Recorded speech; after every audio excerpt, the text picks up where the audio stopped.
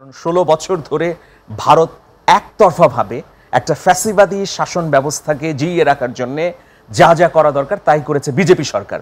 বিশ্ববিদ্যালয় তো বাংলাদেশের নাভি, এখানে যদি একটা অস্থির ঘটনা ঘটে তাহলে যে কোনো মুহূর্তে বাংলাদেশ অগ্নিগর্ভ হয়ে যেতে পারে। এই তো স্বার্থের জায়গাটিতে আসলে দ্বন্দ্ব তৈরি হয়েছে। ১৬ বছর পর গণ অভ্যুত্থান হয়েছে, মানুষের স্বতঃস্ফূর্ত প্রতিরোধে ফ্যাসিবাদ পালিয়ে গেছে। এইরকম একটা পরিস্থিতিতে রাষ্ট্রকে স্থিতিশীলতায় আনতে নানা ধরনের বাক প্রতিবাক পেরোতে হবে, এটা একটা স্বাভাবিক বিষয়। ১৬ বছর প্রশাসনের সর্বোচ্চ কাঠামোর মধ্যে প্রত্যক্ষ এবং পরোক্ষভাবে ফ্যাসিবাদ এমনভাবে জেঁকে বসেছে যে সেই জায়গা থেকে দাঁড়িয়ে নতুন বাংলাদেশের যে সম্ভাবনা সেটাকে বাস্তবে রূপ দিতে হলে অনেক কাঠখড় পোড়াতে হবে। এটা একটা স্বাভাবিক এবং দৃশ্যমান বিষয়। আমরা যদি পৃথিবীর অন্যান্য বিপ্লব বা অভ্যুত্থান পরবর্তী বিশ্লেষণ করি তাহলে তাই দেখব। এখন যে কথা তারেক রহমান বলেছেন যে একটা অদৃশ্য শক্তি কাজ করছে, এই কথার মধ্যে যৌক্তিকতা আছে। তবে আমি আরও বলতে চাই আরও স্পষ্ট করে যে অদৃশ্য শক্তি এখন আর অদৃশ্য নেই, দৃশ্যমান।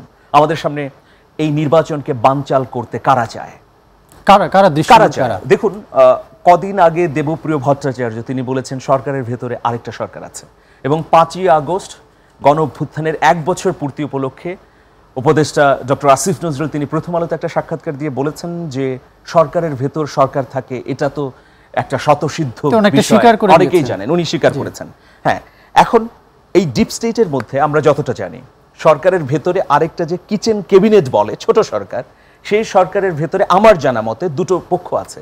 একটা হচ্ছে অভ্যুত্থানের পক্ষে, আরেকটা হচ্ছে দৃশ্যমানভাবে অভ্যুত্থানেরই পক্ষে, কিন্তু ভেতরে আসলে অভ্যুত্থানকে নস্যাৎ করার জন্য তারা কাজ করছে। এখন এই কিচেন ক্যাবিনেটের মধ্যে দুটো গ্রুপ, আবার বাইরের একটা শক্তি যারা প্রকাশ্যে বলছে, ধরুন আমি ভারতের কথা বলছি, কারণ ১৬ বছর ধরে ভারত একতরফাভাবে একটা ফ্যাসিবাদী শাসন ব্যবস্থাকে জিইয়ে রাখার জন্যে যা যা করা দরকার তাই করেছে বিজেপি সরকার। আমি ভারতকে বলবো না, যারা নীতি নির্ধারক ছিলেন বা এখনও আছেন ভারতের ক্ষমতাসীন বিজেপি সরকার।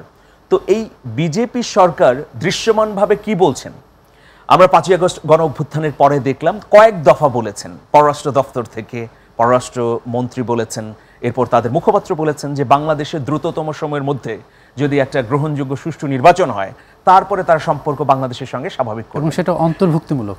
হ্যাঁ, অন্তর্ভুক্তিমূলক বলেছে। এবং সবচেয়ে পর্যবেক্ষণের বিষয় হচ্ছে, দেখুন নির্বাচনের এই তারিখ ঘোষণার পর ভারতের পক্ষ থেকে কি কোনো বিবৃতি এসেছে?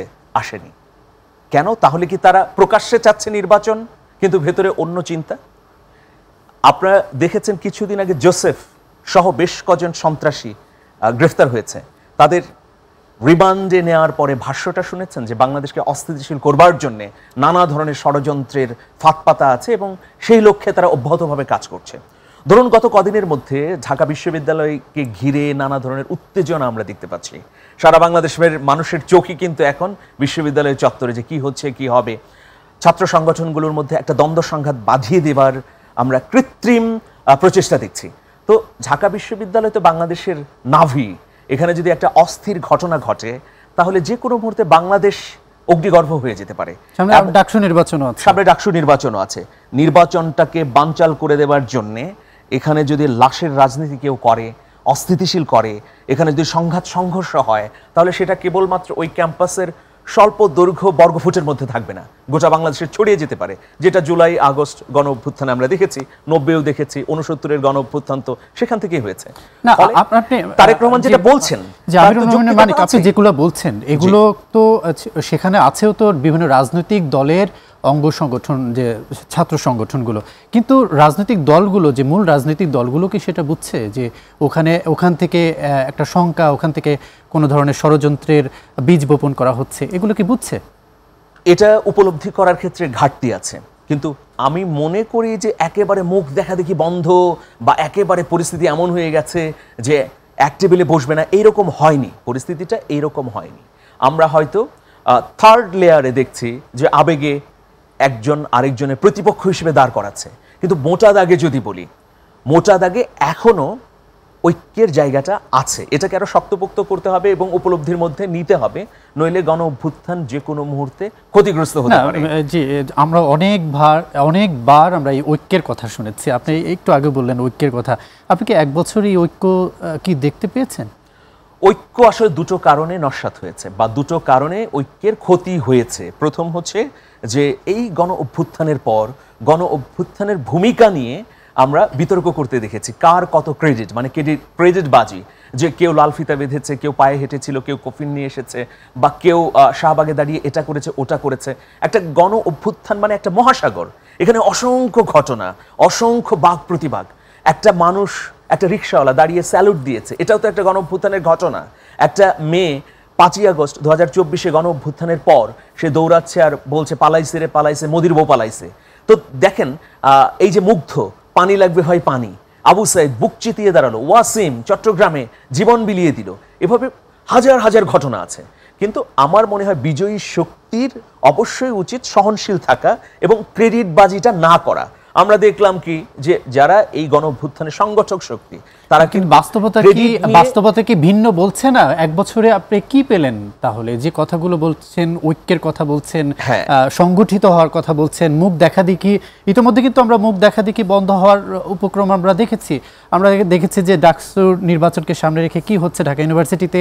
আমরা গতদিন দেখেছি ওয়াকআউট করেছে একটি রাজনৈতিক দলের ছাত্র সংগঠন, 3টি সংগঠন করেছে। তাহলে কি দাঁড়ালো গত এক বছরে?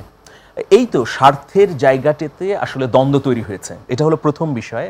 আর দ্বিতীয় বিষয়, যে অভিভাবকত্বে এই বাংলাদেশ গণ অভ্যুত্থানের পর চলছে, সেই অভিভাবক মানে ডক্টর মোহাম্মদ ইউনূসের নেতৃত্বে অন্তর্বর্তী সরকার, তার যে রোল আমরা আশা করেছিলাম সেটা আসলে প্রত্যাশিত না।